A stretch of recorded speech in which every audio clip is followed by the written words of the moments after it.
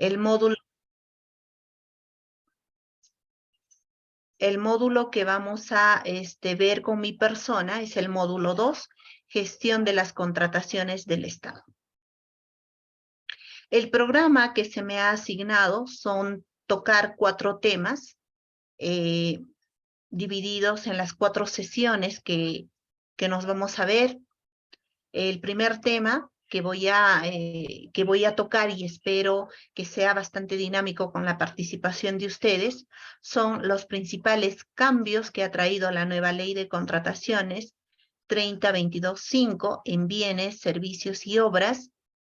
Luego vamos a ver el tema, las principales modificaciones de la ley 3022.5 a través de los decretos legislativos 1341 y el decreto legislativo 1444. Asimismo, vamos a ver en este punto las principales modificaciones a la reglamentación de la ley 3022.5. Recordemos que la ley no opera sola, sino que existe un documento muy importante que es la reglamentación, el mismo que nos va a orientar del cómo vamos a aplicar lo que se norma mediante una ley.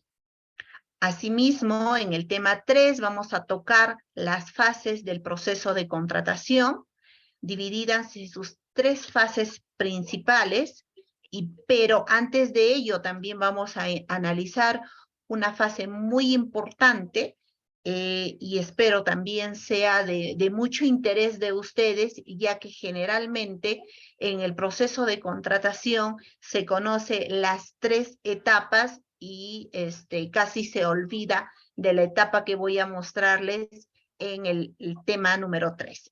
Y finalmente vamos a tocar el tema número 4, que es el análisis de experiencias en gestión integral de una contratación pública en forma exitosa. En esta última sesión o último tema a tocar, espero la presentación de su expertise profesional de cada uno de ustedes, y en lo que pueda absolveré consultas respecto a algunas dudas que ustedes puedan tener. Iniciamos nuestro curso haciendo la conceptualización de contratación pública. Muchas de las veces nosotros los profesionales que estamos en este campo confundimos mucho definiendo la contratación pública con el contrato que suscribe una entidad con un privado para poder atender la necesidad que la entidad pública tiene. Y en realidad esa idea que se tiene es errada, ya que la contratación pública principalmente es el conjunto de reglas, acciones, procedimientos desarrollados por los funcionarios públicos con la finalidad de adquirir bienes, contratar servicios y ejecutar obras. Esta contratación va a permitir a las entidades públicas a atender sus necesidades y a cumplir las funciones para los cuales fueron creadas.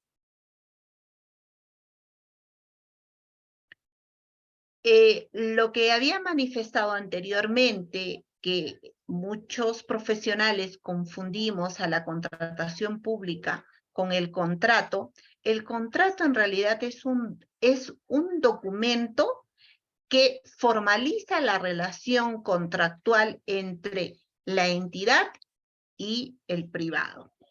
Vamos a hablar en estas sesiones bastante del sector privado, porque este es el que contrata con el Estado peruano. Háblese en sus niveles de gobierno central, gobierno regional, gobierno local, y este último dividido en gobiernos distritales y gobiernos provinciales. Lo que frecuentemente estamos acostumbrados a hablar del contrato. En realidad el contrato es solo un documento que tiene conceptualizado en el Código Civil, en el capítulo 2, en los artículos 254 1254 al 1260, se tiene la conceptualización de un contrato. Acá estamos hablando de un marco normativo distinto a la Ley de Contrataciones del Estado. Vale decir, estamos pretendiendo conceptualizar de acuerdo al marco jurídico, que es el Código Civil, la conceptualización del contrato. ¿Y qué es el contrato o cómo la define el Código Civil? El contrato es un acuerdo voluntario de las partes para alcanzar una consecuencia jurídica. En general, nosotros tenemos un concepto que un contrato es un acuerdo entre dos o más partes que se unen para crear, regular, modificar obligaciones y o compromisos y o derechos entre las partes que suscriben este documento. El contrato o el contrato público no es el medio, perdón, es el medio más no es el fin. ¿Por qué se dice esto? Porque el contrato solo, o sea, el documento que se que suscribe la entidad pública con el privado, solo no funciona. Este documento es un medio para poder conseguir un fin. En este caso, si es un contrato público, es lo que se indicó anteriormente para atender las necesidades de la entidad o cumplir el fin con el que fue creado o para el que fue creado la entidad. El contrato público, he pretendido en este gráfico definir plasmar de la siguiente manera. Tenemos el Estado peruano, como lo he manifestado, entidades públicas que se encuentran dentro de la estructura del Estado, háblese gobierno central, gobierno regional y gobierno local. El Estado peruano, todas estas están conformadas por entidades, tienen necesidades. Estas necesidades repercuten en la atención del interés público y el interés público será atendido mediante la suscripción de un contrato público con el sector privado. Las finalidades o los objetivos que tiene cada uno de los integrantes que suscriben un contrato son distintos. Mientras el Estado persigue un interés público, el sector privado persigue el interés que viene a ser el lucro o la obtención de ganancias y o utilidades. Acá tenemos en este gráfico, pues, un conjunto de empresas que operan en nuestro Estado peruano, ya sea en el sector financiero, en el sector comercial, en el sector industrial y entre otros.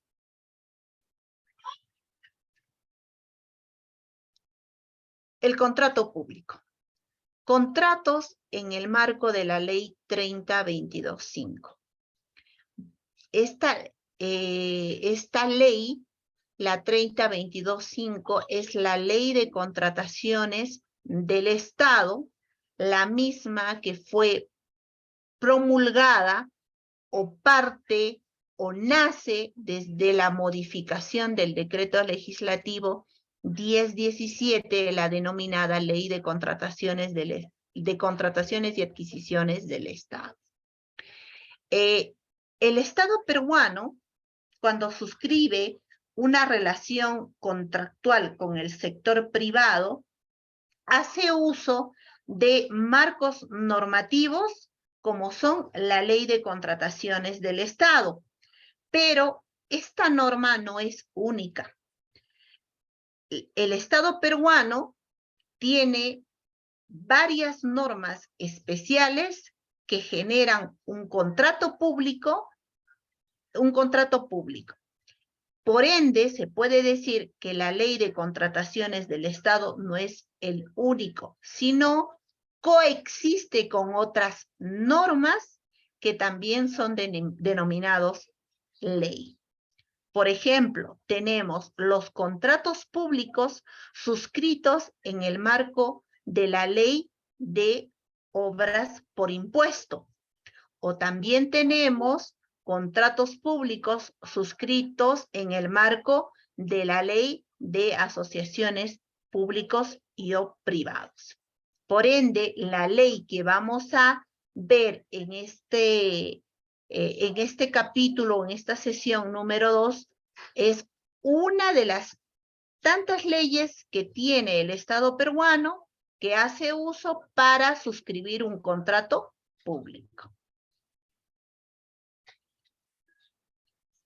Ahora empezamos a conocer y a ampliar nuestros conocimientos respecto a la ley de contrataciones del Estado vigente y se le denomina la ley 3022-5. Como había manifestado, la ley de contrataciones del Estado parte del decreto legislativo 1017, la misma que nació el año 2008. Anteriormente había una ley que regulaba la contratación pública, sí la había, la misma que fue administrada por el ex-Consucode, que era la comisión del Estado que normaba el tema de contrataciones públicas. Al año 2008, el Consucode tomó el nombre del organismo supervisor de las contrataciones del Estado y a raíz de ello, este organismo emite el decreto legislativo 1017 y posteriormente se hacen las modificaciones a través de decretos legislativos. El 2008 partimos con el decreto legislativo 1017. En el año 2012 tuve una primera modificación a través de la ley 29873 que modifica en mayoría de sus artículos y capítulos del decreto legislativo 1017 y posteriormente a esta ley es derogada y el año 2014 se promulga la ley 3022-5, la misma que se encuentra vigente, pero con las modificaciones correspondientes realizadas en años posteriores. Con esta ley 3022-5, que nace el 17 de julio del 2014, se establece o se le denomina a la Ley de Contrataciones del Estado, la misma que fue modificada principalmente para establecer normas orientadas a maximizar el valor de los recursos en la contratación del Estado. Esta ley tiene sus modificaciones principalmente con dos decretos legislativos. El decreto legislativo 1341, que se emite el 7 de enero del 2017, y el decreto legislativo 1444, que se emite el 30 de enero del 2019.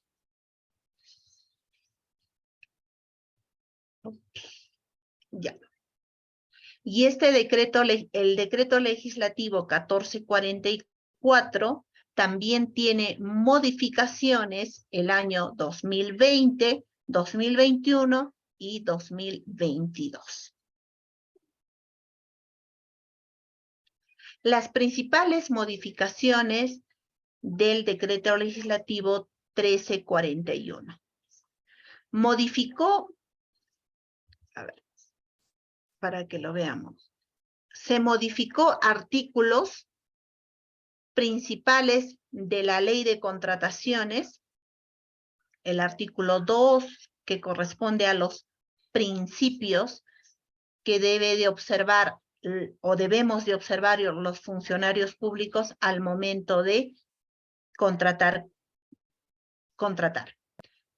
Tenemos pues la ley de transparencia, de trato justo igualitario, de equidad, entre otros principios. Se modifica principalmente artículos de suma importancia para la aplicación de la norma a través de los operadores de la norma, vale decir, los funcionarios públicos.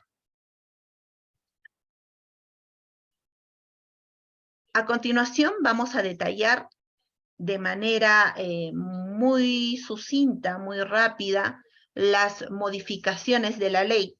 ¿Por qué? Porque la ley nos dice el qué se va a hacer, pero el cómo se va a hacer lo establece el reglamento. Entonces, el reglamento nos va a tomar un poquito más de tiempo y nos vamos a hacer unas pequeñas detenciones ahí para poder aclarar algunas dudas respecto a la debida aplicación de la norma. Entonces, tenemos las principales modificaciones del decreto legislativo 1341. Tenemos el artículo 2, principios que se inciden en la necesidad de transparentar las actuaciones de los funcionarios públicos en todas las etapas de la contratación. Asimismo, en este decreto legislativo se añade el principio de integridad. ¿Y qué es el principio de integridad? El principio de integridad básicamente hace mención a la actuación de la persona. Debe ser íntegro. Ya, aquí, bueno, pues vamos a traer un poco a recordación el tema de que no solamente se debe de aparentar ser alguien, sino también con la práctica, con tus hechos, con tus acciones, debes de demostrar.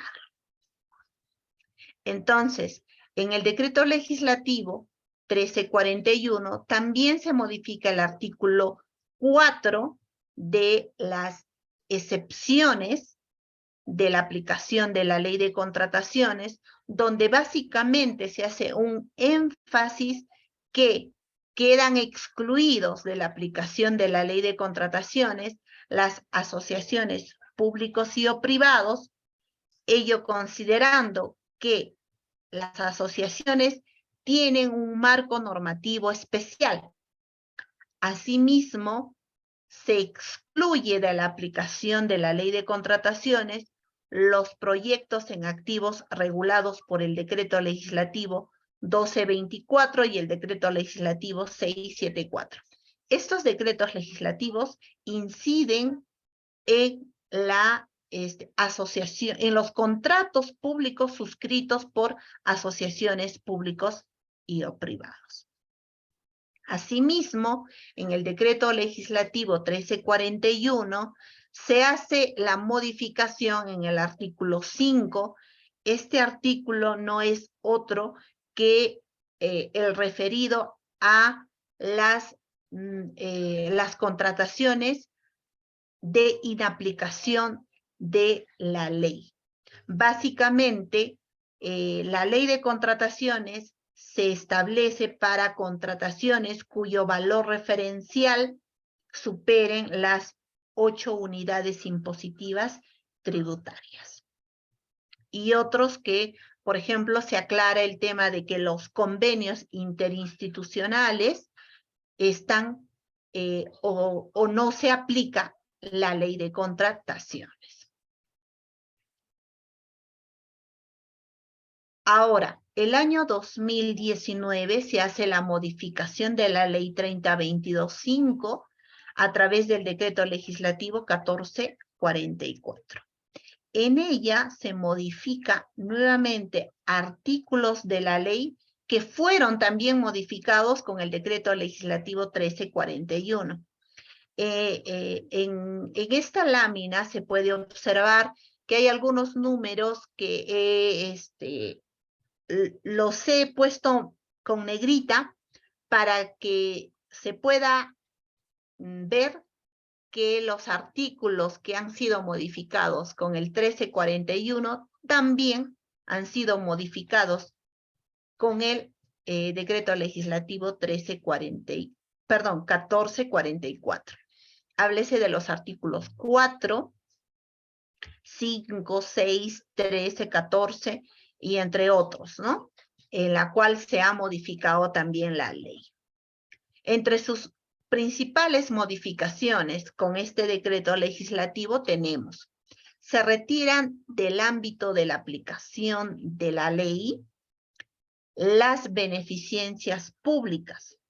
Anteriormente, y yo recuerdo que cuando estaba como funcionaria del OCE, en este caso, los directores o integrantes del directorio de las beneficencias venían siempre a consultar respecto a sus procesos de contratación y siempre manifestaban que los fondos que ellos administraban no provenían de transferencias del Tesoro Público, sino manifestaban que era producto de loterías, rifas, algunas donaciones de terceras personas, entonces que no eran denominadas fondos públicos.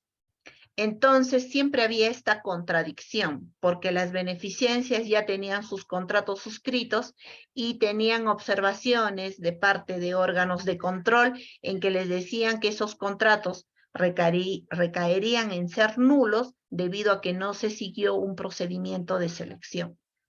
Entonces, con el decreto legislativo 1444 ya se aclara que efectivamente los fondos que son administrados por estas instituciones, pues provienen del sector privado o de la gestión que los directivos hacen, obtienen sus recursos y por ende no tendría que aplicarse en sus procesos de contratación la ley de contrataciones.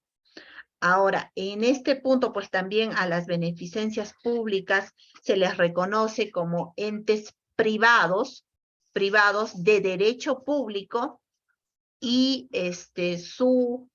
sus directivos son elegidos mediante propuestas en las entidades que administran o que tengan derecho en esta administración. Háblese de las municipalidades provinciales.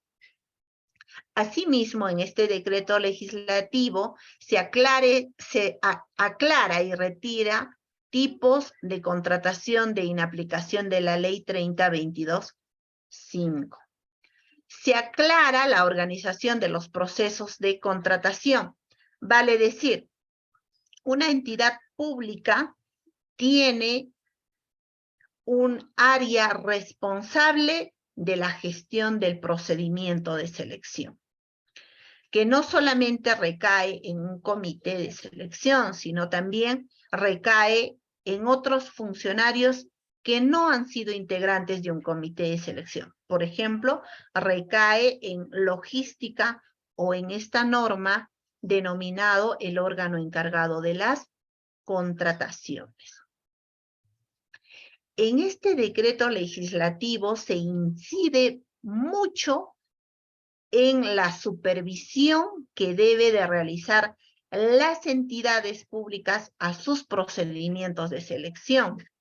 Vale decir que los funcionarios que se encuentran como la máxima autoridad, háblese del titular de la entidad, por ejemplo, debe de supervisar la gestión de la contratación elaborada, la contratación de su entidad, pues esta ejecutada por una de las oficinas de su entidad.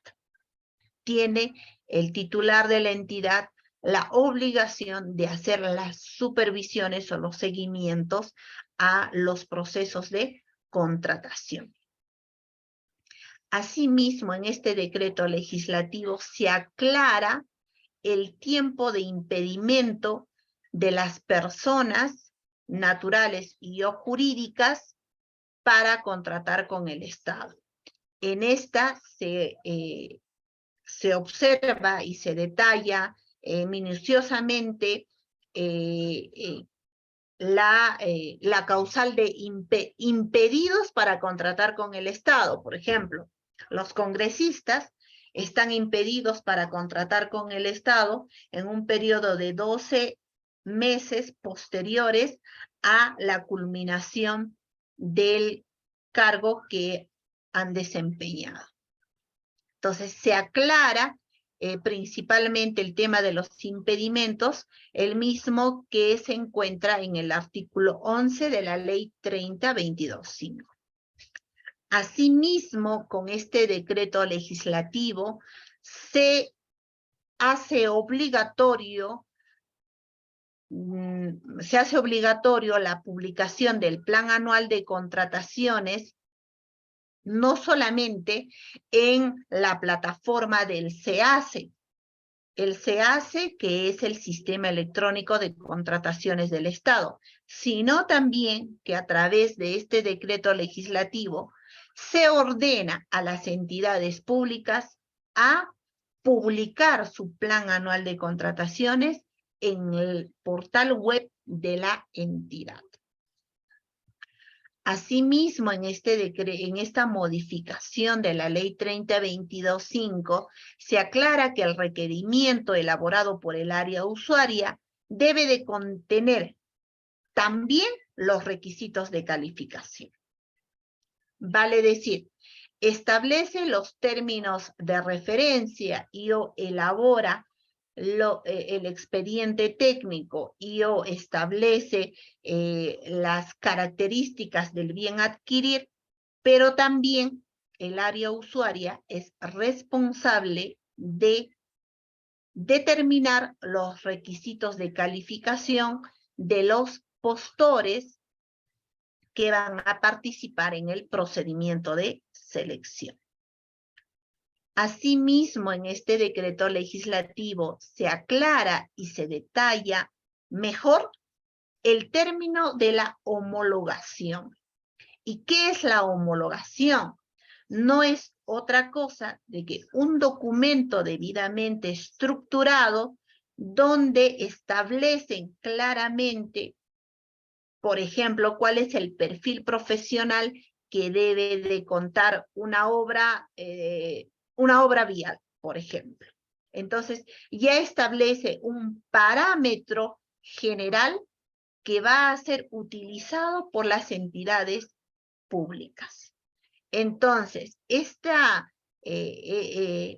trabajo de homologación, las entidades al momento de tener la necesidad de convocar un procedimiento de selección, deben de observar si el objeto de la contratación ya tiene una ficha de homologación, deben de recoger esta ficha homologada y hacerla suya en la elaboración de los requerimientos. Ahora, las fichas de homologación están a cargo, con la modificación de la reglamentación de la Ley 30/22/5, están a cargo del Perú Compras y también están a cargo del sector quien propone la homologación. ¿Ya? Asimismo, en este decreto legislativo se aclara el requisito de contar con una certificación presupuestal para la ejecución de los procedimientos de selección. Vale decir que la entidad necesariamente debe de contar con un certificado presupuestal para que pueda convocar un procedimiento de selección. Ahora, ¿por qué les hablo del término de procedimiento de selección? Anteriormente, o muchos de nuestros colegas, aún seguimos con la costumbre de hablar de proceso de selección. Con la ley 3022.5 vamos a tener el término de procedimiento porque este término recoge de manera ordenada lo que desarrolla el funcionario público. Procedimiento, ¿por qué? Porque sigue una línea de conducta o de conducción para llegar a un fin, mientras un proceso es reducido, es solo una actuación. Entonces, con la ley 3022.5, ya en un proceso de selección o una actuación de los funcionarios públicos para suscribir un contrato público no se basa solamente a un proceso, sino a un conjunto de actuaciones denominado procedimientos. Y así, el decreto legislativo 1444, pues modifica en su mayoría el contenido de la ley 3022.5.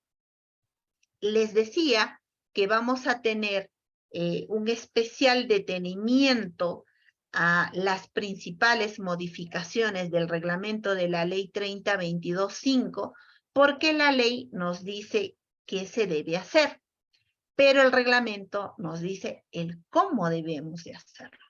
Entonces, acá vamos a tocar el punto del reglamento de la ley de contrataciones del Estado, ley 3022.5, y principalmente vamos a tomar las dos modificaciones últimas realizadas al reglamento de la ley 3022.5.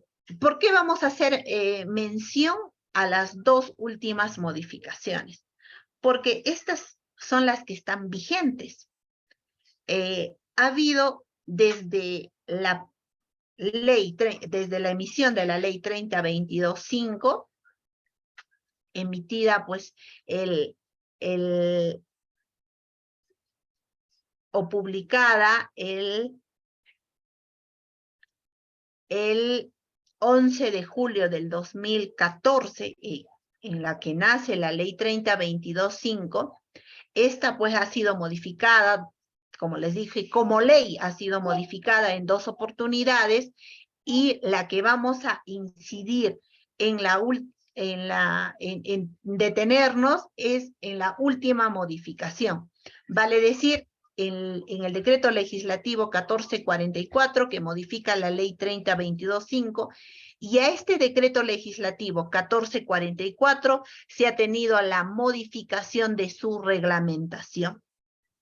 Desde el 2019, que fue emitida el decreto legislativo 1444, ha tenido múltiples modificaciones su reglamentación.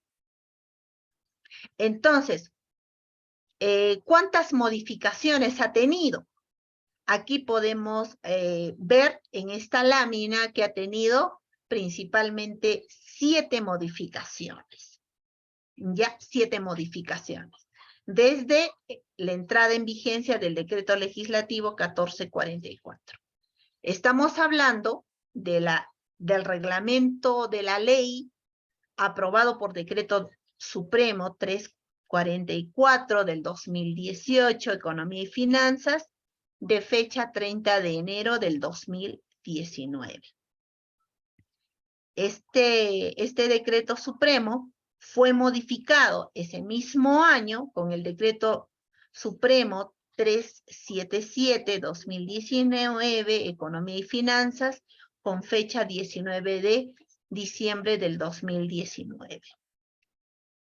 Asimismo, este decreto supremo fue modificado mediante decreto supremo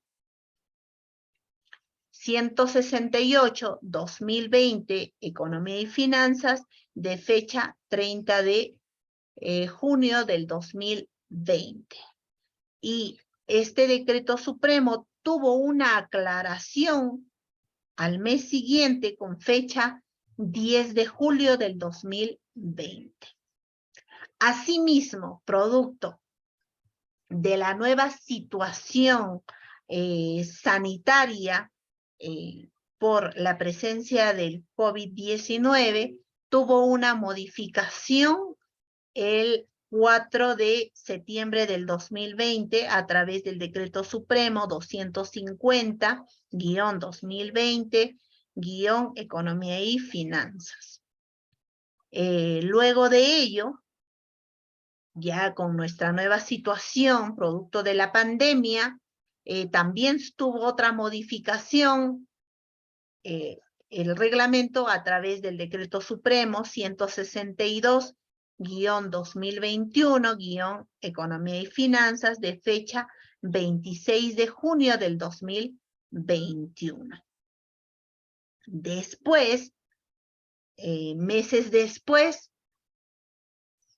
también fue modificado el Decreto Supremo 162 mediante el Decreto Supremo 234-2022, Economía y Finanzas, de fecha 7 de octubre del 2022. Y finalmente, el reglamento de la Ley 3022-5 fue modificado mediante Decreto Supremo 308-2022, Economía y Finanzas, de fecha 23 de diciembre del 2022. Como podemos ver, nuestro reglamento de la Ley de Contrataciones ha sido bastante dinámica, ha sido bastante trabajada, y producto de ello, pues ha tenido estas modificaciones que como funcionarios públicos debemos de conocer y aplicarla durante nuestro desarrollo laboral. Entonces,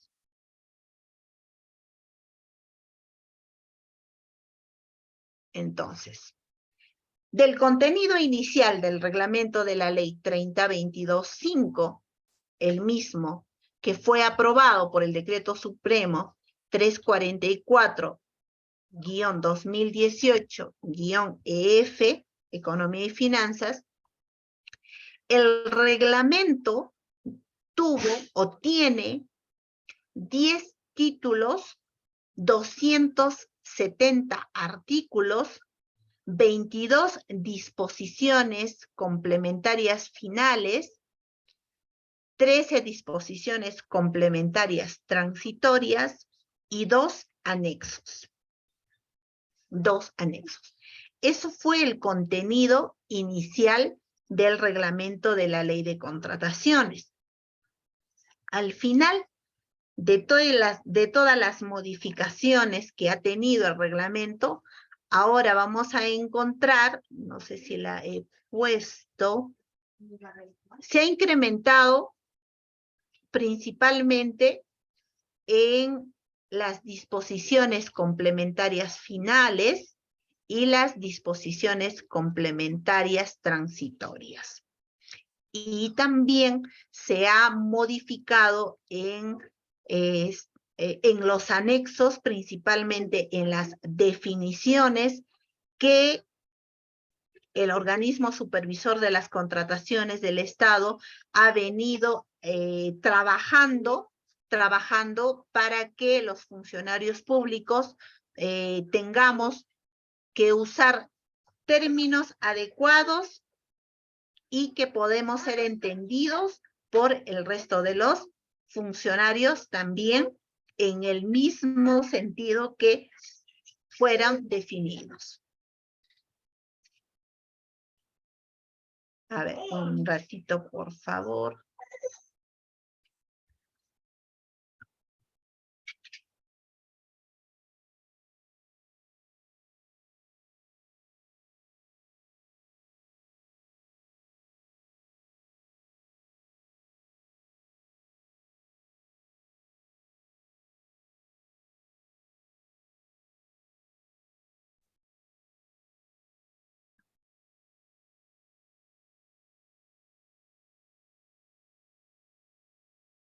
tengo un poco de dificultad. Ups. ¿Aló? Hola. Sí, le escuchamos. Ya. He apagado el video porque como estoy fuera de la ciudad, tengo ciertas dificultades con el internet y como está lloviendo, por eso es lo que, para poder, tener mayor fluidez, he detenido, la imagen, ¿ya? Pero voy a seguir hablando.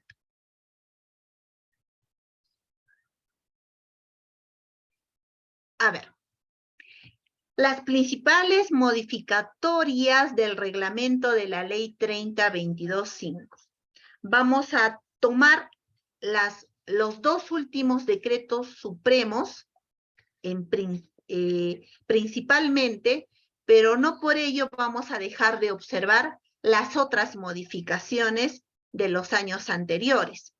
Principalmente las modificaciones que se han dado al reglamento de la ley producto de la nueva situación sanitaria que el mundo pues ha tenido que afrontar y que nuestro estado tampoco no ha sido aislado de esto. A ver, con el decreto supremo 250/2020 EF de fecha 4 de septiembre del 2020, se modifica el artículo 2 del reglamento de la ley y se incorpora a este artículo la participación de Junta de Resolución de Disputas a la cláusula de solución de controversias en contratos de obras vigentes.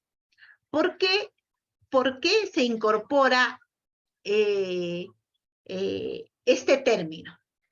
Porque producto de la pandemia se hizo un diagnóstico de qué contratos públicos son los que tenían dificultades durante la presencia de esta pandemia. Entonces, se determinó que los contratos públicos,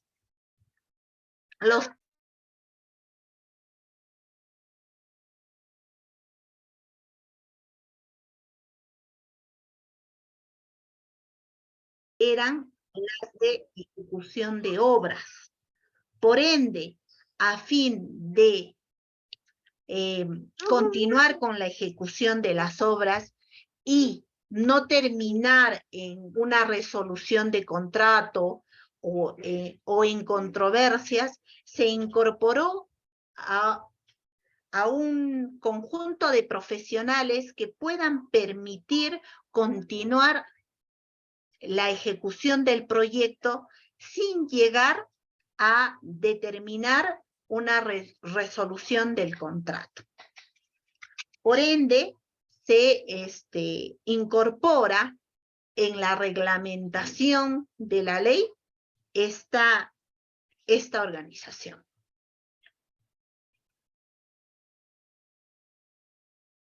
Ahora, la segunda modificación que vamos a ver es la que se ha modificado a través del Decreto Supremo 162/2021 de fecha 26 de junio del 2021. En este Decreto Supremo podemos ver que de los 270 artículos que contiene el reglamento de la ley, 33 artículos son modificados. Estas modificaciones principalmente no es que se cambia el concepto de lo que contiene un artículo, no. En el mayor de los casos es que este artículo es trabajado de manera detallada para que el funcionario público tenga la mayor facilidad al momento de interpretarla y al momento de ponerla en práctica. Entonces, los 33 artículos modificados tienen el trabajo detallado de cómo operar la norma. Entonces, no precisamente cambia el concepto, reitero, del artículo, sino que se aclara, se explaya en la forma de utilizar o emplear el artículo. Ahora, el Decreto Supremo 234/2022 de fecha 7 de octubre del 2022 modifica 26 artículos de los 270 artículos que contiene el reglamento de la ley. Y nuevamente les voy a hacer la aclaración que existen artículos que han sido modificados con el decreto supremo anterior, que nuevamente han sido modificados con este decreto. Las 234. ¿Ya? Y con este último se modifican, pues, 26 artículos. ¿Y qué artículos son modificados?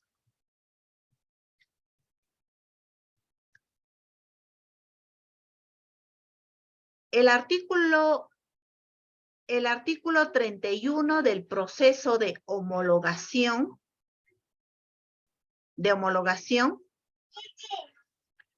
les había dicho que principalmente se hace, con el decreto legislativo 1444, se hace mención a las fichas de homologación. Entonces, como se hace mención a las fichas de homologación, en la reglamentación te dice el cómo vas a usar estas fichas de homologación. Entonces, el artículo 31 del proceso de homologación menciona lo siguiente. El proyecto de ficha de homologación se publica en el portal institucional de la entidad que realiza la homologación. Asimismo, se hace la publicación de la ficha de homologación en el Perú Compras y en el SEAS.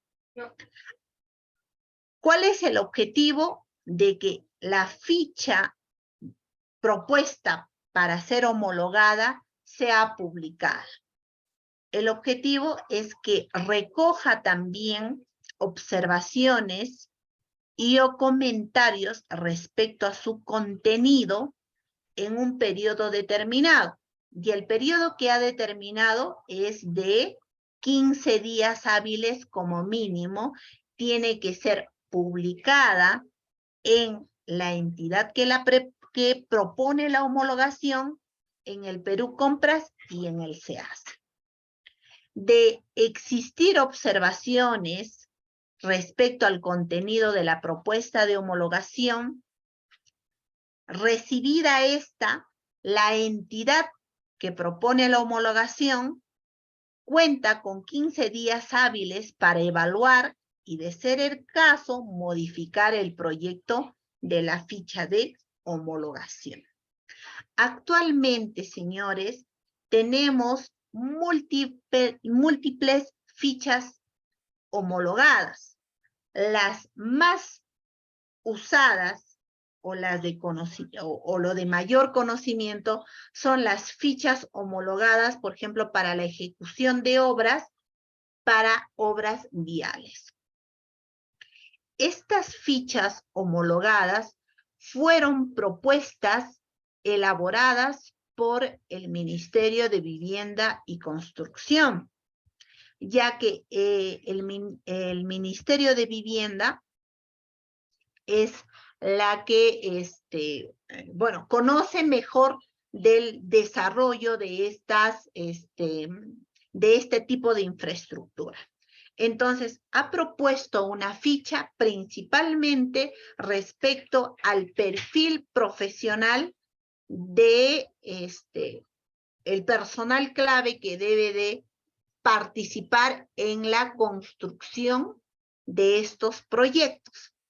Por ejemplo, ya se ha establecido que para el residente de obra debe de contar con una experiencia no menor de 36 meses en el desarrollo o en la ejecución de obras similares.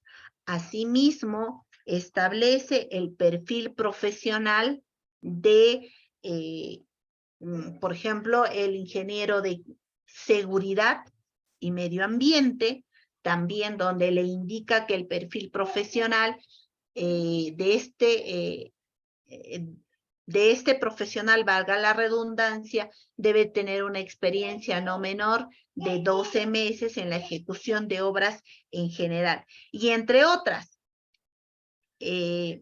bueno, ahí se tiene la ficha de homologación de el perfil profesional para las obras viales. Asimismo, este ministerio ha propuesto y ya también se encuentra vigente la ficha homologada en obras de saneamiento.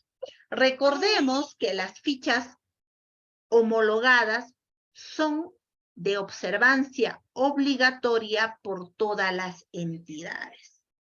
¿Y qué área es la que debe de observar obligatoriamente si si su pedido se encuentra homologado o no? El área responsable de observar esto es el área usuaria. En todas las entidades donde he podido laborar, generalmente en las municipalidades, el área usuaria que requiere mayormente el desarrollo de procedimientos de selección es el área de infraestructura. Por ende, los funcionarios que trabajan en esta área deben de observar qué actividades tienen homologadas, tienen fichas homologadas. De tener la homologación de fichas, estas tienen que ser recogidas en su requerimiento. Por ende, hay que tener especial cuidado en conocer qué actividades ya han sido trabajadas por el sector correspondiente. Ahora, en el decreto legislativo 234, también tenemos modificado en su reglamentación en el artículo 36, que corresponde a las modalidades de contratación. Solo, bueno, en la presentación que estoy compartiendo con ustedes, he tomado la parte que ha sido modificada o ha sido añadida al artículo. El artículo 36 tiene más contenido. Vale decir, el artículo 36 contiene las modalidades de contratación, por ejemplo, las de suma alzada, las de precio, perdón, esos son sistemas de contratación. Tiene llave en mano, las modalidades de contratación tiene, entre otras, la de llave en mano, tiene, a ver, tiene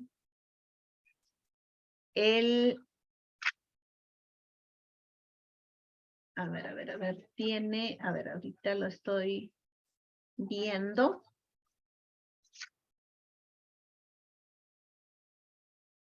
Tiene la de concurso oferta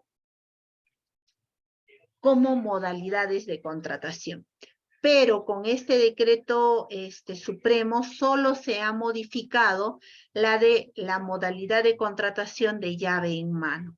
La misma que conceptualiza lo siguiente: es aplicable para la contratación de bienes y obras. En el caso de bienes, el postor oferta, además de estos bienes, su instalación y puesta en funcionamiento de los bienes adquiridos. Tratándose de obras, el postor oferta el conjunto de construcción, equipamiento, mobiliario y montaje hasta la puesta en servicio. Y de ser el caso, y de determinarlo así por el área usuaria, mediante esta modalidad también puede ofertar la elaboración del expediente técnico y o la operación asistida de la obra. Ahora tenemos la modificación del artículo 49 del reglamento de la ley. El artículo 49 principalmente establece los requisitos de calificación. Este artículo principalmente es observada por los integrantes los integrantes o los miembros del comité de selección. Recordemos que con el decreto legislativo 1444 se hizo mención a la elaboración del requerimiento y que este requerimiento elaborado por el área usuaria ya debe de contener los requisitos de calificación. Entonces, los requisitos de calificación son propuestos por el área usuaria desde el requerimiento y que este debe de ser observado por los integrantes del comité de selección u órgano de las contrataciones del Estado, validando la siguiente información. Los requisitos de calificación que pueden adaptarse en un procedimiento de selección son la capacidad legal, habilitación para llevar a cabo la actividad económica materia de la contratación. Por ejemplo, si tenemos que contratar al servicio de seguridad y vigilancia y que vamos a requerir que este servicio tenga que tener armas, entonces para que los postores participen a este procedimiento de selección deberán de tener una habilitación legal. Vale decir, tienen que tener la autorización del uso de armas. Entonces, dependiendo del objeto de la contratación, el área usuaria debe de establecer como requisito de calificación lo que corresponde acreditar al postor, ya sea dependiendo del objeto de la contratación, reitero, en el momento del procedimiento de selección o posterior al procedimiento de selección. Asimismo, en los requisitos de calificación, el área usuaria puede establecer la capacidad técnica y o profesional. La capacidad técnica es aquella relacionada al equipamiento estratégico, estructura estratégica, así como a la experiencia del personal que puedan ser requeridas para el servicio en general y en obras. Tratándose de consultorías en general y consultoría de obras, los requisitos de calificación comprenden obligatoriamente las calificaciones y experiencias del personal clave.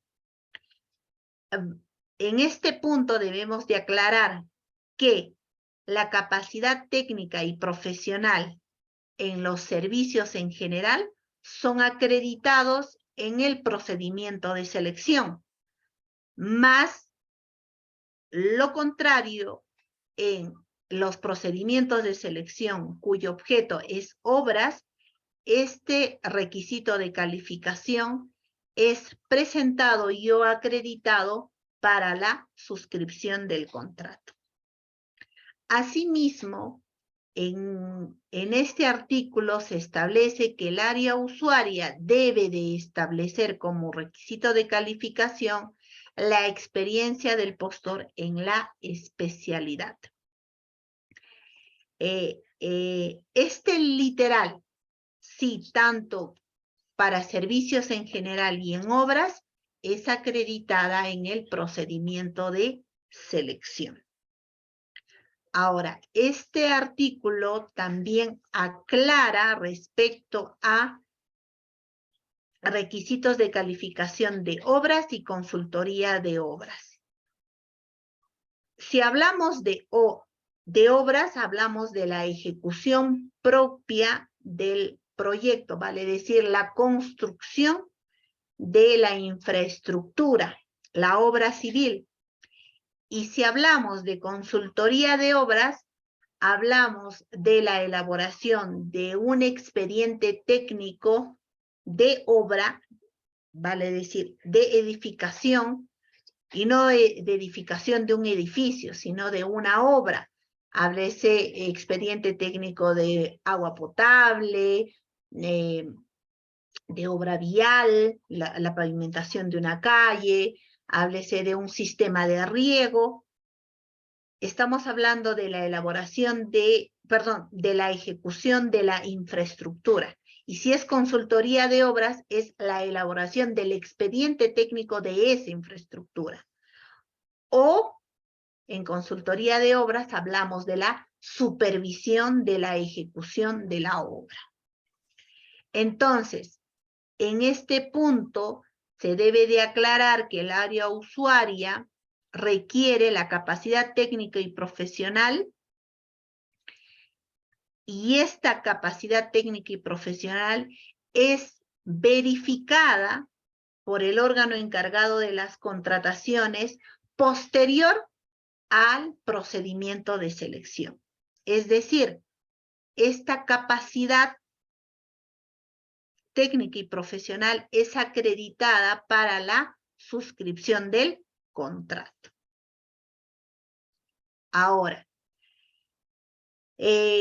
con la modificación del decreto supremo 234, tenemos el tema de tenemos el artículo 65. Este artículo 65 del reglamento de la ley que hace mención a la declaración de desierto. Como podemos ver, se modifica el numeral 65.4, 65.5,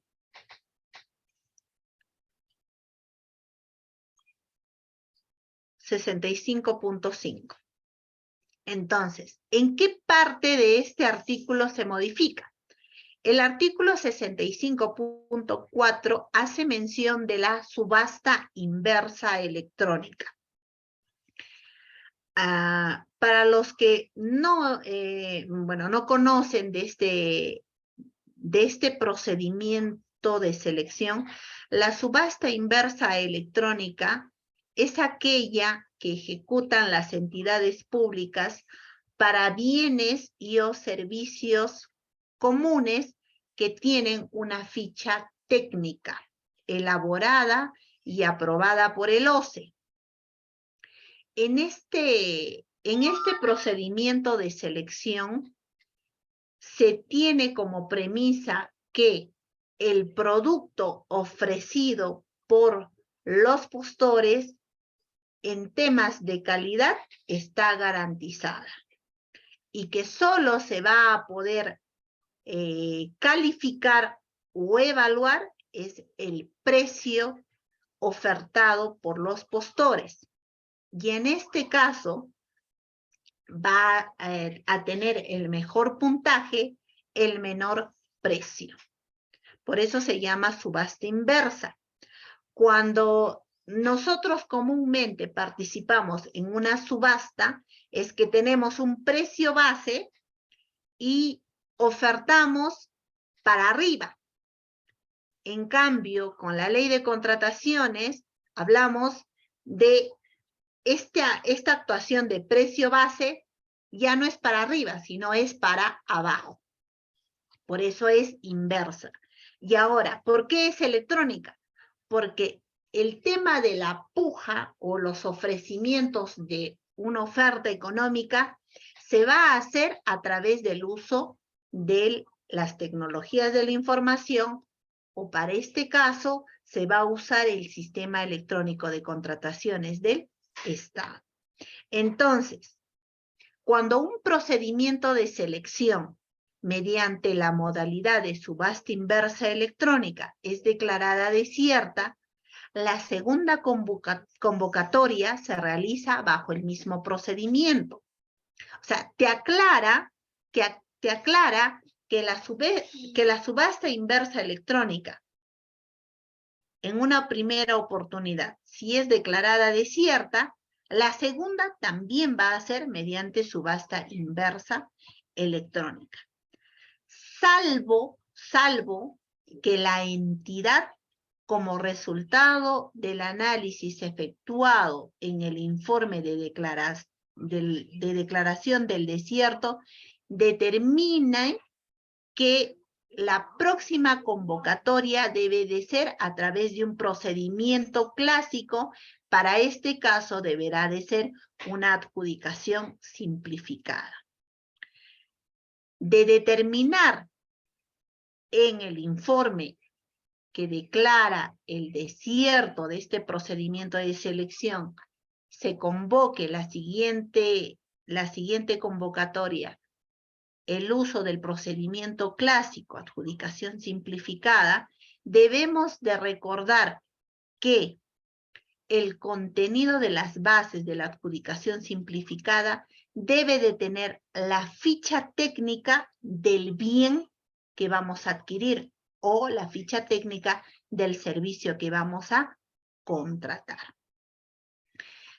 Anteriormente, la declaración de desierto de un procedimiento de selección de subasta inversa electrónica, se decía que la siguiente convocatoria obligatoriamente debe ser una subasta inversa electrónica.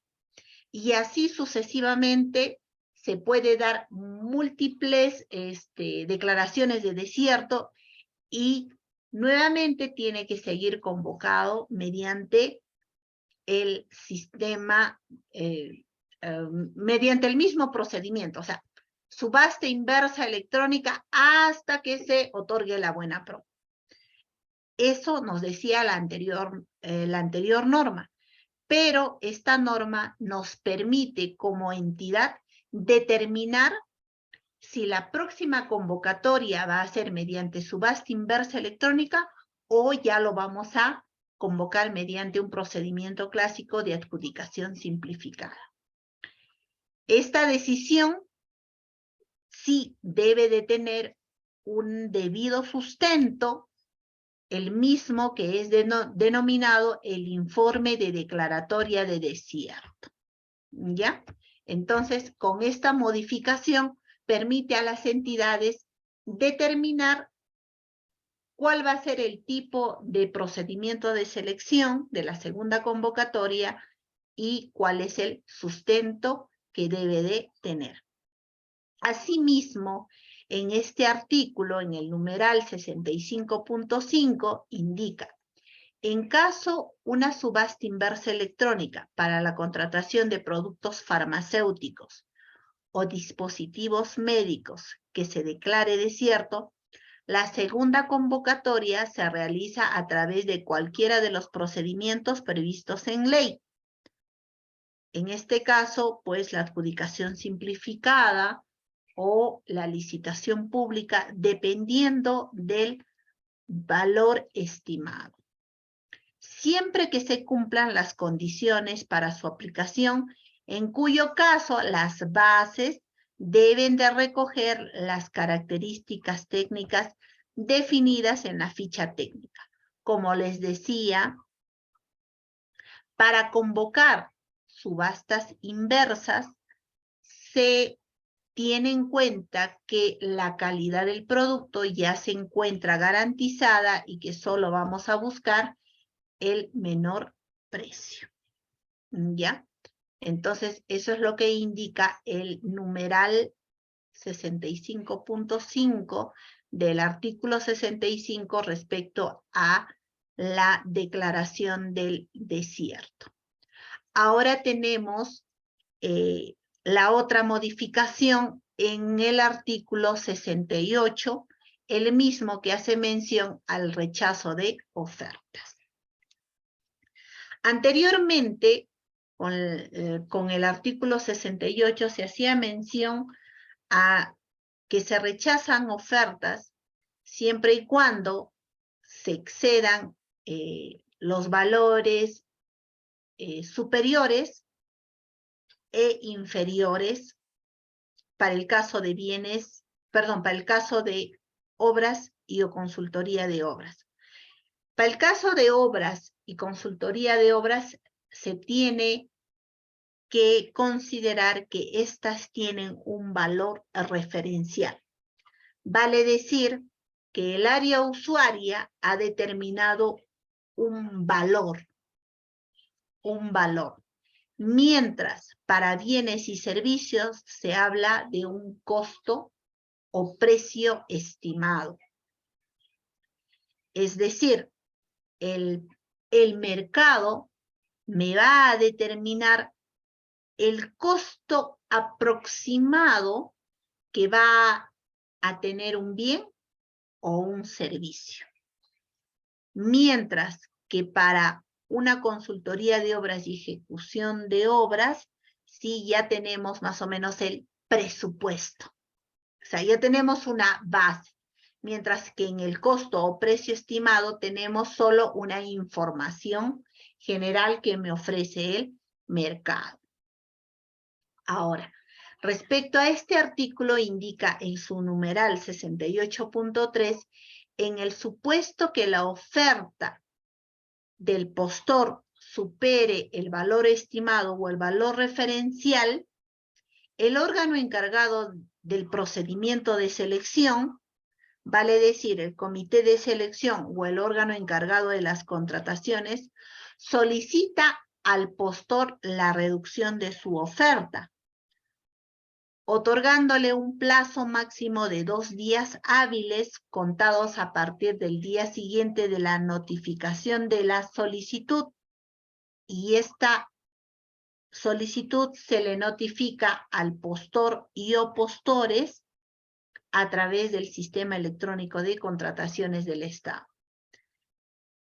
En este caso, cuando son bienes y servicios, el órgano encargado del procedimiento de selección solicita al postor o postores cuya oferta es superior al costo estimado, le pide que haga una rebaja, porque puede no contar con el presupuesto, y le solicita que reconsidere su oferta económica y baje su oferta.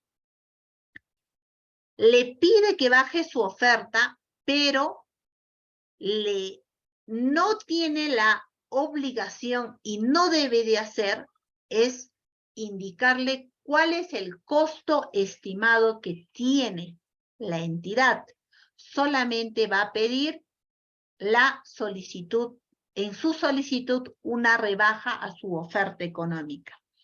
De mostrarle o informarle el costo estimado, este funcionario o este órgano responsable del procedimiento de selección estaría incumpliendo lo que la norma le indique y por ende sería pasible de sanción.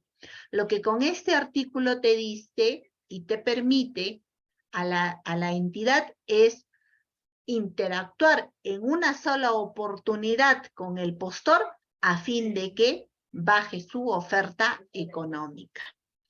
Y tiene un plazo para que le pida que reduzca su oferta. En este caso, le pide que reduzca en un plazo que evalúe la posibilidad de reducir su oferta y le otorga un plazo máximo de 2 días hábiles. El numeral 68.4 continúa la acción de pedir la reducción de la oferta. Dice, en caso el postor no reduzca su oferta o la oferta económica reducida supere el valor estimado o el valor referencial para que el órgano encargado de las contrataciones a cargo del procedimiento de selección considere válida la oferta económica, solicita la certificación de crédito presupuestario correspondiente y la aprobación del titular de la entidad. Es decir, si tenemos un costo estimado de 100 para la adquisición de un bien y la oferta del postor es 120 y en cumplimiento o observancia de este artículo, yo, responsable del procedimiento de selección, solicito al postor haga una reconsideración de su oferta económica y me oferte a 110, aún esta oferta sigue excediendo mi costo estimado. Entonces, considerando que debo de verificar que tengo estos 10 de diferencia como presupuesto disponible para seguir el proceso de contratación, yo, responsable del procedimiento de selección, debo de solicitar a mi titular de la entidad me apruebe este incremento y no solamente me la apruebe, sino que me emitan la certificación presupuestal de la diferencia que requiero. Esta gestión lo debo de realizar en un plazo máximo de 5 días hábiles contados desde el día siguiente de la fecha prevista del calendario para el otorgamiento de la buena pro. Es decir, si tengo esta situación como responsable de la conducción del procedimiento de selección, debo de postergar mis actuaciones. Y la principal actuación a postergar es el otorgamiento de la buena pro. Entonces, pero no lo puedo postergar sin fecha definida.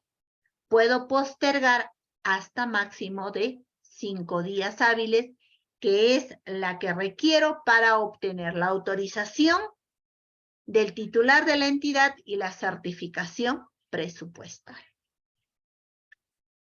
Eso siempre y cuando tenga que recurrir a esa actuación dentro de mi entidad. Pero en procedimientos de selección, cuando se trata de compras corporativas, el plazo que tengo ya no son de un máximo de 5 días, sino de 10 días hábiles como máximo. Y lo mismo, contados desde el día siguiente de la fecha prevista en el calendario de otorgamiento de la buena pro, tengo para poder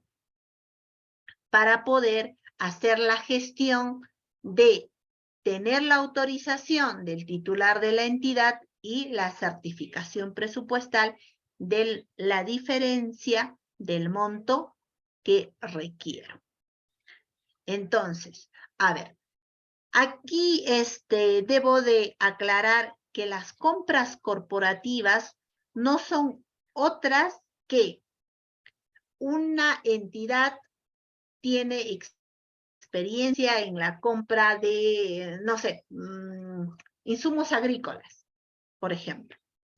Entonces, hay otras entidades que requieren comprar insumos agrícolas, que no tienen el expertise, pero hacen una alianza, firman un convenio y determinan que la compra corporativa, o sea, la compra por paquete va a ser más eficiente, va a ser mucho más eficaz para la entidad, por ende necesitan unirse, hacen una corporación.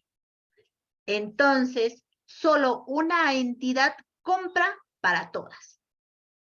Esa es la figura de la compra corporativa. Ahora, esta figura se justifica que el plazo sea mayor porque la entidad responsable de ejecutar la compra corporativa tiene que hacer la gestión ante las demás entidades. Entonces, el poder hacer la gestión ante las demás entidades toma su tiempo y por ende razonablemente se le ha concedido un plazo mayor. ¿Ya? Ello.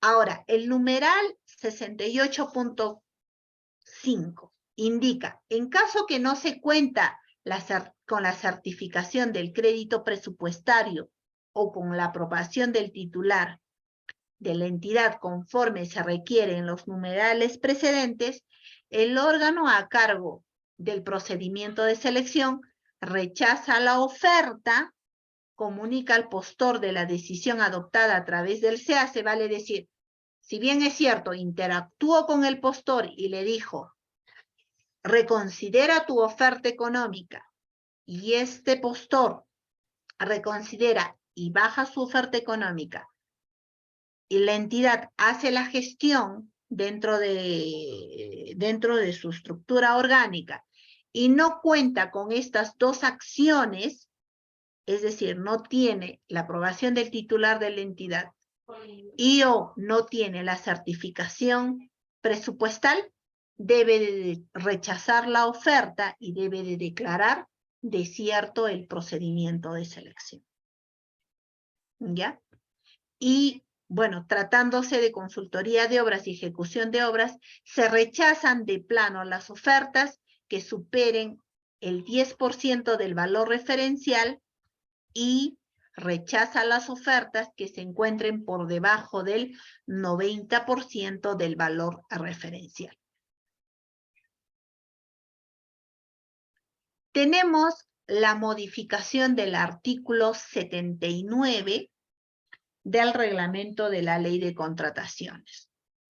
El artículo 79 habla principalmente de las etapas del procedimiento de selección, concursos públicos. Como es sabido, los concursos públicos son desarrollados o ejecutados por las entidades públicas para la contratación de un servicio, para la contratación de una consultoría de obras, principalmente para la elaboración de expedientes técnicos o supervisiones de obras. Cuando hablamos de concurso público, se habla de servicios.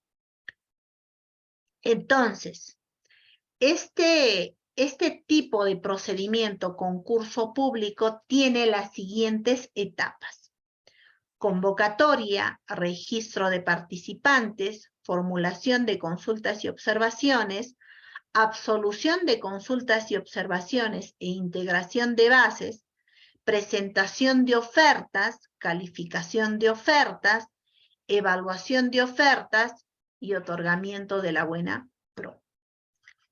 Anteriormente se decía que un concurso público tiene un plazo de 22 días hábiles para su ejecución. Con este artículo se hace la aclaración que el plazo de presentación de ofertas no puede ser menor a 22 días hábiles. Entre la absolución, y lo que te dice es, entre la absolución de consultas y observaciones e integración de bases y la presentación de ofertas, no debe de haber menos de 7 días hábiles. ¿Por qué hacen esta aclaración? Porque cuando operas en el SEACE, había muchas de las veces que las entidades postergaban y postergaban, a veces la absolución de consultas y observaciones, y por ende la integración, y el sistema te permitía reducir el periodo de tiempo que debe de haber entre la publicación de las bases integradas y la presentación de ofertas. Entonces, con este artículo se aclara que mínimamente desde la absolución de consultas y observaciones y la integración de las bases que se hace en una sola actuación, debe de haber 7 días hábiles como mínimo para la presentación de ofertas. Ahora, el numeral 79.3. Cuando se solicite la emisión de pronunciamiento a las consultas y observaciones que se realizara, debe de considerarse que se tiene que tener un plazo adicional de 7 días hábiles más. En este artículo se debe de hacer mención que ya se considera como parte del procedimiento de selección el tema de la emisión de pronunciamiento. ¿Y qué es la emisión de un pronunciamiento? Anteriormente se decía, pues, de manera muy familiar, la elevación de bases al organismo supervisor de las contrataciones del Estado. Con la modificación de la norma, la elevación de bases al organismo supervisor se ha reducido en el concepto de emisión de pronunciamiento, ¿ya? Emisión de pronunciamiento. Entonces, acá en los concursos públicos, considerando que existen observaciones y o consultas que no han sido acogidas o han sido acogidas parcialmente y aún los participantes no se encuentran satisfechos, pueden solicitar al organismo supervisor a la emisión de un pronunciamiento. Para ello, estos participantes deben de tener la acción de solicitar la elevación del cuestionamiento realizado, presentando los requisitos que establece la directiva de la emisión de pronunciamiento para que sea atendida por el organismo supervisor de las contrataciones del Estado. ¿Y cuál es qué solicita el organismo supervisor de las contrataciones para que emite pronunciamiento? Pide que el participante pague una tasa correspondiente a la emisión de pronunciamiento y solicite a la entidad eleve el pliego absolutorio de consultas y observaciones al organismo supervisor de las contrataciones para que éste revise la absolución y emita su pronunciamiento respecto a la validez o no validez de la absolución realizada por la entidad. Tenemos la modificación del artículo 89 respecto a los procedimientos de adjudicación simplificada. La adjudicación simplificada para la contratación de bienes, servicios en general y obras se realiza conforme a las previstas en los artículos 71 al 76 del reglamento de la ley. En la contratación de consultorías en general y consultoría de obras, se aplica lo que se ha dispuesto en los artículos 80 al 84. En ambos casos se observa lo siguiente. El plazo mínimo para formular consultas y observaciones es de 2 días hábiles. 2 días hábiles. Y el máximo plazo para la absolución de esas consultas y observaciones y la integración de las bases también es de 2 días hábiles. Para el caso de adjudicaciones simplificadas para la ejecución de obras, el plazo mínimo para formular consultas y observaciones es de 3 días hábiles. Y el plazo máximo que tiene la entidad para absolver esas consultas y observaciones e integrar las bases es de 3 días hábiles.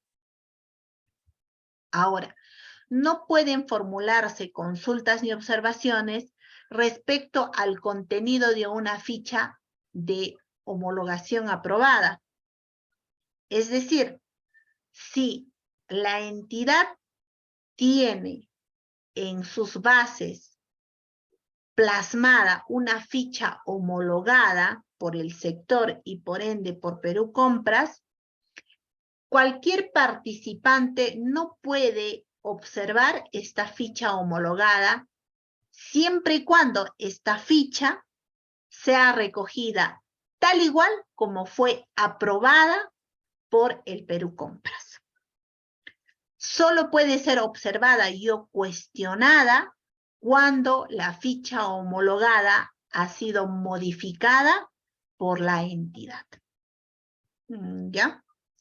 Ahora, no puede solicitarse la elevación de los cuestionamientos al pliego absolutorio de consultas y observaciones y o a las bases integradas. Es decir, los procedimientos de selección de adjudicación simplificada, absueltas las consultas y observaciones, son reglas de juego definitivas para el procedimiento de selección. No se puede dar la figura de solicitud de emisión de pronunciamiento, ya que los procedimientos de adjudicación simplificadas deben de ejecutarse en el menor tiempo posible.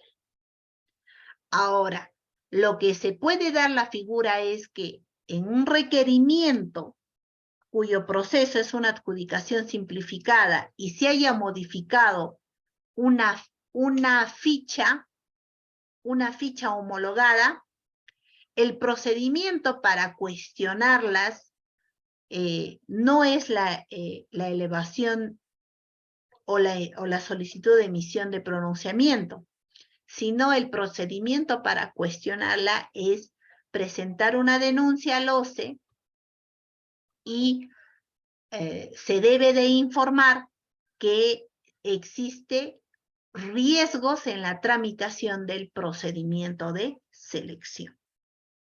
Ahora, en los procedimientos de selección de adjudicación simplificada, la presentación de ofertas se realiza en un plazo mínimo de 3 días hábiles contados a partir de la integración de las bases.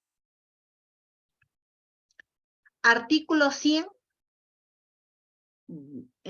Artículo 100 del reglamento de la Ley de Contrataciones, que también fue modificada con el Decreto Supremo 234/2022. Este artículo principalmente hace mención a las condiciones para el empleo de la contratación directa. Recordemos que todo contrato público, de acuerdo al artículo 76 de la Constitución Política, debe de ser producto de un procedimiento de selección. Vale decir que un contrato público es producto de la competición de varios postores. Y de esa competencia fue seleccionada el mejor postor. Por ende, este artículo de la Constitución dice que todo contrato debe de derivar de un procedimiento de selección. Con las contrataciones directas, ¿es un tipo de selección? Sí lo es. Solamente lo que se exceptúa es, pues, esta competencia o la existencia de la competencia. La contratación directa es principalmente una actuación inmediata que realiza la entidad para situaciones que se presenten. Por ejemplo, la situación de emergencia. En este artículo te dice que la situación de emergencia se configura por alguno de los siguientes supuestos. En dichas situaciones, la entidad contrata de manera inmediata los bienes, servicios, consultorías, consultoría de obras estrictamente necesarios para atender la emergencia, tanto para prevenir los efectos del evento próximo a producirse como para atender los requerimientos generados como consecuencia directa del evento producido, sin sujetarse a los requisitos formales de la presente norma. Vale decir que la entidad contrata directamente con el proveedor y le indica que debe de realizar el objeto el objeto del contrato lo debe de realizar solo para afrontar la emergencia, ¿ya? Solamente eso. Debe de actuar de manera inmediata. Anteriormente, todo este proceso de contratación, si bien es cierto, la entidad actúa de manera inmediata, sin observar los procedimientos, las etapas del procedimiento de selección, esta contratación tenía la obligación de ser informada a la Contraloría General de la República y asimismo tenía la obligación de ordenar toda la documentación, es decir, regularizar toda la documentación en un plazo de 10 días. Es lo que decía la anterior norma. Para el presente caso le da un poco más de tiempo y le faculta a la entidad para que tenga 20 días hábiles siguientes para regularizar toda la documentación de la contratación directa realizada por la entidad para afrontar la situación de emergencia. ¿Ya? Ahora, también en este artículo se aclara que la regularización de la garantía, o sea, todo contrato público necesariamente tiene una garantía. Una garantía. Para este caso, la garantía de fiel cumplimiento. ¿Ya? Esta garantía puede ser regularizada en un plazo de 10 días hábiles adicionales al que tiene la entidad para regularizar toda la documentación de la contratación directa. ¿Ya? Solo para el tema de garantías se le extiende este plazo a 10 días hábiles adicionales. También en este artículo nos dice que no es necesario que la entidad exija la garantía cuando se haya otorgado la conformidad de la recepción de la prestación. Es decir, que el contrato ya fue ejecutado en su totalidad y la entidad no ha solicitado al contratista que presente la garantía de fiel cumplimiento y este ya terminó la ejecución del contrato. Entonces, ahí le indica a este artículo que ya no será necesario que la entidad exija la garantía, pero sí se tiene como responsabilidad administrativa del funcionario que no la solicitó, y eso no está acá en este artículo, ya que debió de haber exigido que presente la garantía, porque todo contrato público tiene que tener una garantía. Entonces, este no exime a la responsabilidad funcional del funcionario público, pero sí le exime al contratista para que ya no presente la garantía. Ahora, el artículo 123 Este artículo 123 del reglamento de la ley principalmente hace referencia a la improcedencia de el recurso impugnativo de apelación, que es derecho que adquieren los participantes y o postores. Es el derecho a contradecir o a expresar su disconformidad a la decisión que haya tomado el comité de selección en el desarrollo del procedimiento de selección. La Ley de Procedimientos Administrativos establece el derecho a la contradicción. Entonces, esta ley especial que regula la contratación pública también recoge lo que establece el marco normativo general, que es la Ley de Procedimiento Administrativo. Entonces, en un capítulo del reglamento de la ley establece que este derecho a la contradicción debe de ser presentado ya sea ante la misma entidad o ante el Tribunal de Contrataciones del Estado.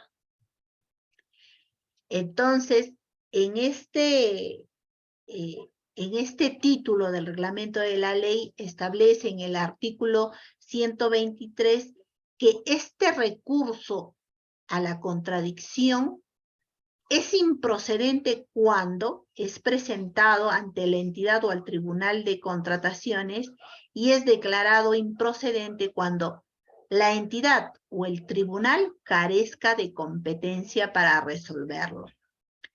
De acuerdo a lo establecido en el artículo 117, no es de aplicación de estos casos lo establecido en el artículo 130 de la Ley 2744, Ley de Procedimiento Administrativo General, o disposición que la sustituya referido a la presentación de escritos ante organismos incompetentes.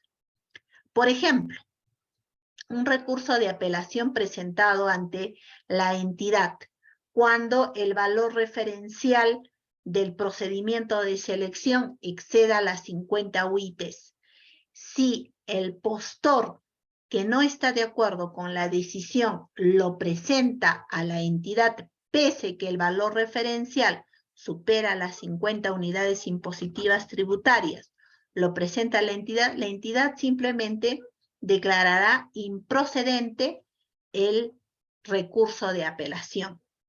Y viceversa, si el Tribunal de Contrataciones recepciona un recurso de apelación cuyo valor referencial es menor a 50 unidades impositivas tributarias, el tribunal declarará improcedente el recurso presentado por el postor. ¿Ya? Bueno, nos hemos ido de largo, no he escuchado a ninguno de los participantes. No sé si tienen consultas respecto a las láminas o a lo manifestado por mi persona.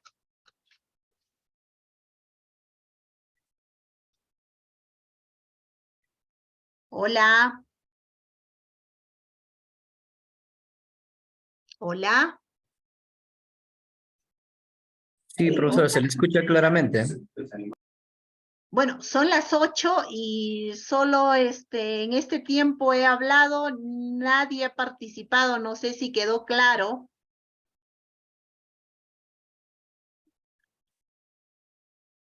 Sí, vamos a solicitar a los participantes, si tuvieran alguna duda, alguna pregunta, puedan hacerla llegar por el chat o también usando la opción levantar la mano del Zoom.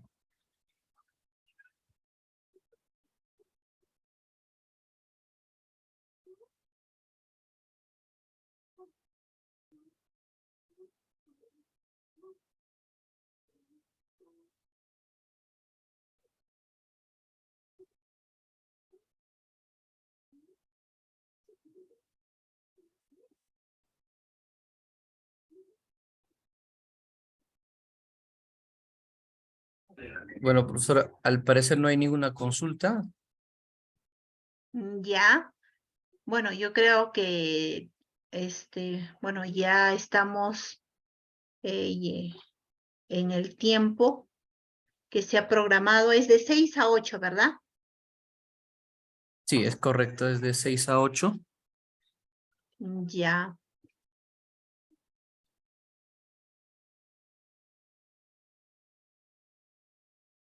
Entonces, Entonces, damos, ¿qué hacemos? A ver. Buenas noches. A ver, acá tenemos tengo, una consulta en el chat. sí, buenas noches. ¿Se desarrollará casuística de lo expuesto? Si gustan, casos prácticos tengo más y es mucho más dinámico que la parte teórica, la verdad. Yo creo que en el tema 4 que se me ha propuesto, ahí vamos a tocar un caso práctico para que la última sesión no sea aburrida y solo hable yo. Y es un caso práctico que lo planteé a los alumnos de la maestría, bueno, que tuve oportunidad de enseñar y creo que va a ser muy interesante escucharlos ahora, ya con los participantes de este diplomado. Voy a plantear una casuística, pero lo vamos a resolver en clase, en la cuarta sesión. Bien, profesora. Entonces, por hoy estaríamos llegando hasta aquí para poder ya finalizar la sesión de hoy.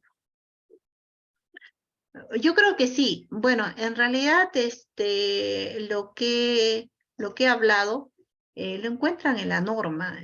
Bueno, se me dijo que hablara respecto a las principales modificaciones, y son estas las principales modificaciones, y quizás pueda ser aburrido, pero es importante conocerlo, ya que su aplicación es reciente, porque recordemos que las modificaciones que